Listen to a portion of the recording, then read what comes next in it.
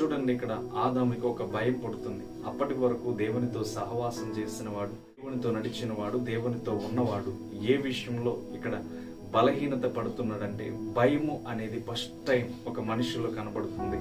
దేవుని స్వరం వినగానే ఆదాము ఏం చేస్తున్నాడంటే భయపడి దాక్కుంటున్నాడు.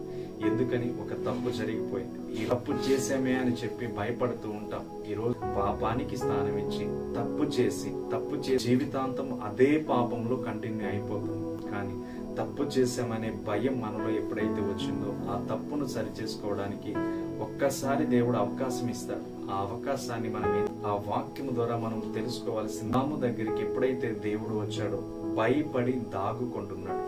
ఇదంతా దేవునికి భయపడకుండా ఉన్నదేమో ఆలోచించి. ఎందుకంటే ఆదాముకు భయం కలిగింది ఏ విషయంలో అంటే తప్పు చేసినప్పుడు.